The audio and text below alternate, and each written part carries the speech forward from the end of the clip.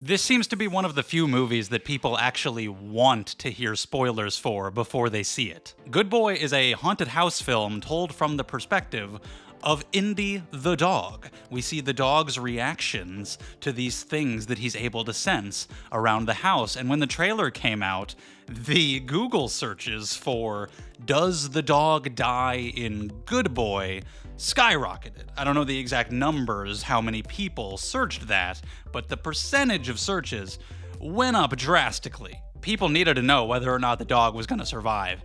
If you feel like you really need to know that, that is going to be the deciding factor on whether or not you watch this film. I'll tell you at the end. I'll give a spoiler warning at the very end and let you know. Until then, the rest of this is going to be spoiler free.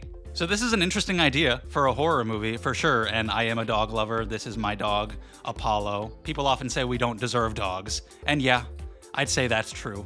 Look around you. Look at all the humans. What the hell are we doing out there? Bunch of bullshit? Dogs are just full of love. That's it. And for some people, watching an animal die is like the worst thing that can happen in a horror film, and I can understand that. You watch a human die and it's like, even if they were a nice person, they probably did something shitty at some point, I don't know. But if you got like a baby or a dog, they don't know what the hell's going on. They're just pure innocence. Leave them alone. We're conditioned to expect humans to be in peril in horror. That's kind of the point. When you bring the purely innocent into it, it's just a whole extra layer of sadness. But with this movie, in the mid-credits, they actually showed some behind-the-scenes footage with the director explaining how they shot the film, and I really appreciated that. I don't know if that's going to be there in every screening or if that was just for this early screening. I assume it's going to be there for all of them, so stick around for the mid-credits for that because it was pretty interesting. But it took them over 3 years to make the movie because Indy, the dog, is the director's own dog, and they kind of just had to wait for him to do what they needed him to do. He's just going about his day, no idea what's going on, trying to obey the commands they give him sometimes, and when they can get a usable shot, they'll take it. And it's actually really impressive what they've been able to put together here because this dog is so emotive. He feels like he's giving a performance. He feels like a real character. He feels like a person reacting to the things around him and that you fear for. And it can be really heartbreaking as his owner is dealing with an illness that's putting him in a really bad mental state, in addition to the malevolent figures in the house affecting him as well. And so Indy is not being treated as well as he should be, and there are some scenes where you just hear people in the audience like, "Aww," because they just feel sad for him. Indy definitely gets credit for doing such a good job, and they need to give him some kind of honorary Oscar. We need some kind of reward for the boy. But it's also just clever filmmaking, because there are some shots of the dog where, yeah, we think it looks like he's afraid, but that's us kind of putting that onto him because of the lighting and the sound design and the camera work and the editing. And because of the context of the story, we think, oh, he's so afraid, when actually they just got a shot of the dog. They made a noise so that he would look at them, and that's it. It was a very neutral look, but the filmmaking is able to convey the emotions really well. It can turn essentially nothing, just a shot of a dog, into something that tells a story. There's a shot of him running around and whining and barking after his owner leaves the house. That was probably legitimately just a shot of the dog doing that.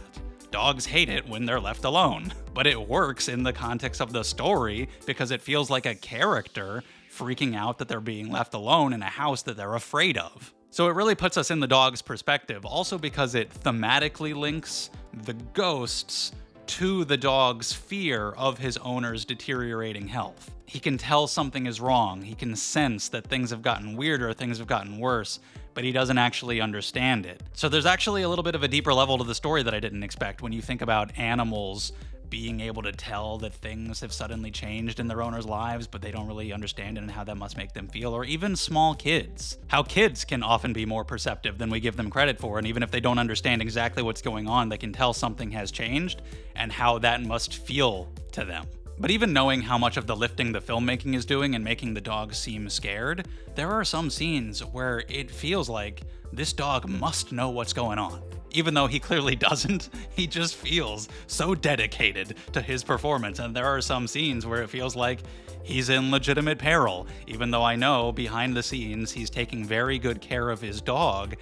It's effective. As long as you can separate that, you understand that this dog is very well taken care of in real life, but there's enough done on screen to make it feel like, yeah, he's an actual character in a horror movie who is in danger. Yeah, I just really appreciate the filmmaking here, turning something like this into a really coherent, solid horror film. It's really well shot. The sound design is good. We have a great lead performance. I like the fact that we rarely, if ever, see humans' faces in full. They're almost always obscured. It's not like scary, but there are some solid creepy moments. There are some jump scares that actually affected me, and they're not typical like the cliche boom sound effect. They're actually well-built jump scares, and a lot of creepy imagery in the background that's like slowly moving towards the main character, stuff like that I really like. It works mostly as an experiment. Like, you go to it to see the gimmick of horror movie with the dog as the main character. So it's not like one of the most outstanding movies out there,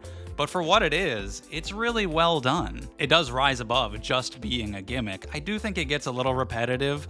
Even though it's only like 70 minutes, they knew not to push it too far, which I'm thankful for. But even at that length, it does get repetitive a bit. It's like, okay, the dog is turning his head to look at the thing in the hallway again. There's only so much you can do when the dog can't talk and can just kind of look around. But it is worth seeing. I think this kind of filmmaking is worth supporting. Somebody just making a passion project with their dog over the course of years and actually turning it into something pretty good. That's worth showing your support to, and I'm sure the more money it makes, the more treats Indy will receive, and he deserves all the treats. Whatever the director Ben Leonberg may do after this, I'd be curious to see. I don't know if he'd be interested in making a more traditional horror film or doing more experimental homemade things, but either way, I think he did a really good job putting this together. So really quickly, I will go into spoilers. If you do not want to know the fate of the main character, you can get out of here. Thank you for watching. Leave your thoughts in the comments, whether you've seen the movie, you agree or disagree with anything I said. I want to talk about it down there with you. Leave a like if you enjoyed, subscribe if you want to see more from me. I appreciate all that. I am gonna spoil the ending in a few seconds. Please go. So, does the dog die in Good Boy? No.